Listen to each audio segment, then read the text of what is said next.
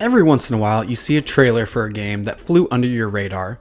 You watch the trailer, get excited about a new game that looks right up your alley, download the game, just for it to fall flat. That's what happened to me with Skul. This is a game that has a ton of mechanics I tend to like.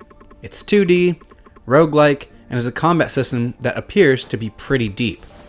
Even with all of that, I could not get into this game. It was a huge disappointment on almost every level. You start the game as a skeleton. As you progress through the randomized levels, you'll find different skulls that transform your character. You may turn into a mage that slings fireballs, or a wolf with a strong claw attack and can leap in enemies from far away. There are a ton of skulls to find. The problem is, most of them are pretty weak and just not fun to play. There is a way to upgrade the skulls. You will run into a spider lady that covers you in silk, upgrading your current skull to the next level for that run. The problem is, acquiring the currency for that transformation is pretty rare. They made it very difficult to find the bones in order to upgrade your skull. That can be pretty frustrating if you are unlucky enough to get a weak skull from the start. The combat is also pretty basic. You'll be pressing square a lot for your base attack. You'll have some specific attacks mapped to your shoulder buttons that open up the combat a bit. You can also switch skulls using L1. When you switch, your character will use a unique attack. The problem with that?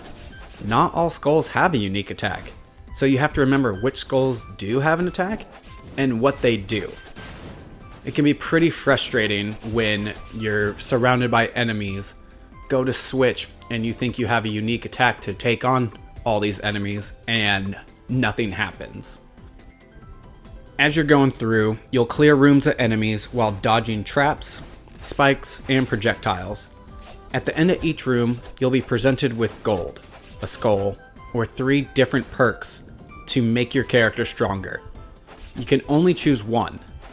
I found that leaning into a strong magic build was the most useful for me.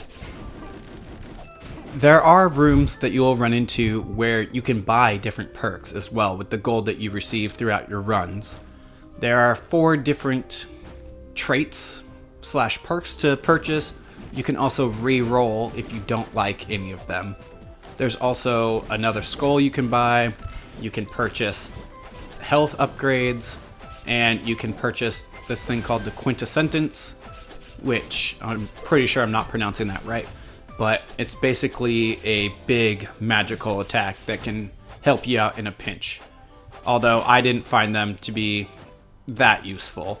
The Hydra head was cool, but really other than that, there wasn't too much for me in the way of combat.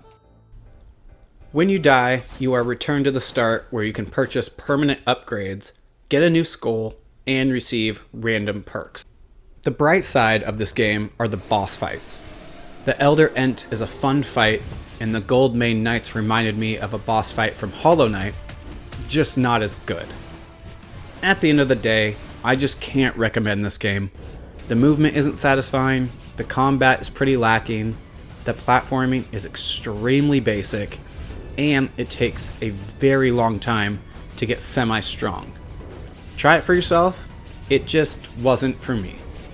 And that's going to do it for today's video. If you enjoyed, please like and subscribe and hit that bell. Thank you so much for tuning in. Please let me know what you think of Skul down in the comments, and I'll see you guys in the next one.